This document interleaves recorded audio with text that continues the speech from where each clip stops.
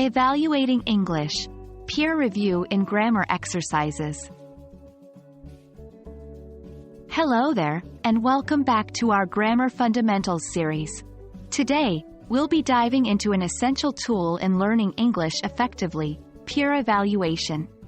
Specifically, we'll focus on the process of peer evaluating writing exercises involving verbs followed by gerunds. Before we get started, let's define what we mean by peer evaluation. Peer evaluation is when students assess the work of their peers, according to guidelines set by the teacher. It's an interactive way to learn and improve your understanding of the English language. And the best part? You get to learn from each other's strengths and weaknesses. It's truly learning by doing and sharing. So, why do we use peer evaluation? One of the primary benefits is that it helps us see mistakes or nuances that we might not have noticed in our own work.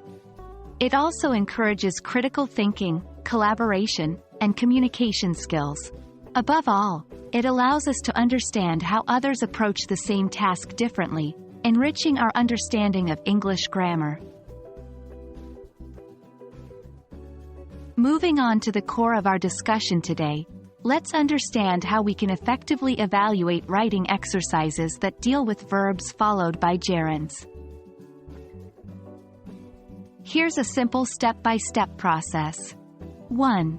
Read the piece thoroughly. Before you start evaluating, read the text in its entirety. 2.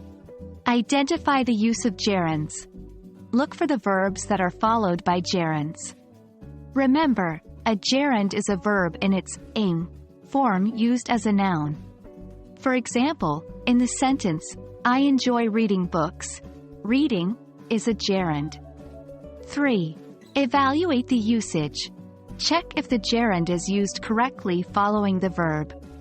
Not all verbs are followed by gerunds, and it's important to know which ones do. 4.